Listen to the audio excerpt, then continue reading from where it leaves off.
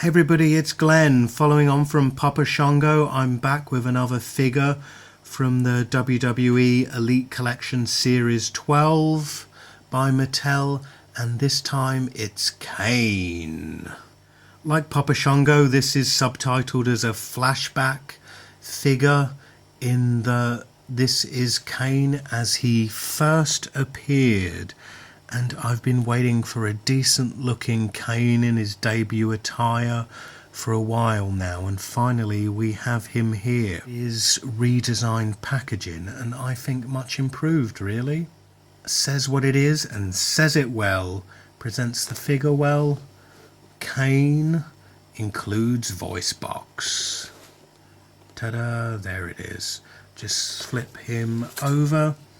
See the other figures in the series: Justin Gabriel, Alberto Del Rio, Randy Orton, because we all need another Randy Orton figure, like he isn't in every series that Mattel release. Daniel Bryan and Papa Shango, who I've already reviewed here on my channel. So if you haven't seen that review, do check him out. I'm going to pop open Kane and give you my impressions. Here is Kane out of package and looking grand. For those of you who don't know, Kane, at least in the WWE storylines, is the younger brother of the Undertaker and has been a fixture in the WWF/WWE for the best part of a decade now. Over a decade really. I think he debuted in like 1998 maybe. And to give you a flavour of Kane, I will read from the packaging card back here. Kane's unforgettable debut at the first ever Hell in a Cell match made quite an impression on his half-brother Undertaker. The Phenom was about to finish off Shawn Michaels when the lights went out. Suddenly the arena filled with a red glow as Kane approached the ring and ripped the door right off the cell. The big red monster then hit Undertaker with the Dead Man's signature move, the Tombstone Piledriver, costing him the victory and signalling the beginning of Kane's reign of terror. So that blurb encapsulates what Kane was trying to do on his debut. He was out for revenge. I think the storyline went that the Undertaker had set fire to his house with his family in it, which Undertaker believed caused the death of his family, except Kane was returning for revenge, this time under a mask because the flames from the fire had so horribly disfigured Kane. So the figure comes with this voice box accessory here. And I have tried, but articulation is such that I can't actually place the voice box against Kane's throat so he can talk and do his "suck it" voice, which he had when he used the voice box. Perhaps if they had a double joint elbow, you may actually be able to reenact that famous moment where Kane speaks.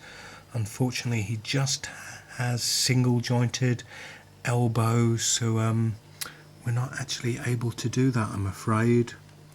But the voice box is a nice touch, and of course it is removable. And as I've already touched upon, the articulation, or only lack of it in the elbow, it only being a single joint, but other than that, as we all know, these Elite Collection figures are the most articulated a wrestling figure is going to get right now. It features a ball jointed shoulder where the arm swivels around, the wrist swivels, and there is up and down. The head swivels side to side. There is some up and down in the head. There is an abdominal crunch, swivel at the waist, has articulation up and down the hip, plus hip swivel on the upper thigh, has double jointed knee, and then swivels at the top of the boot there. There is up and down on the foot, plus a bit of a pivot on the ankle. So that's Kane. Let's just take a closer look at some of the detail. The mask isn't removable. That's one moulded piece on the face there. They have tried to capture the paint detail with the eyes. Kane has different coloured eyes, but they've captured the detail of the costume well. I always like the asymmetry of this costume, with having one sleeve and then one arm sleeveless. It's a nice designed costume. Of course, if you want an elite Kane with a removable mask, there is one available at Ringside Collectibles.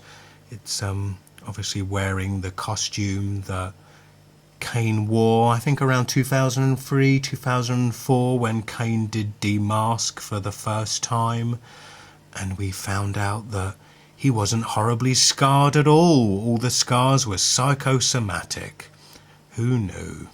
As I said, I'm quite the fan of Kane. If you're a fan too, it's a figure that's worth picking up. Gotta love Kane, the various angles and storylines he's been involved in, from marrying Lita and impregnating her against her will, to electrocuting Rob Van Dam's genitals. Can't get enough of Kane. One of the more colourful characters in the WWE. Anyway, please comment, rate and subscribe, and I'll see you in the next video. Bye.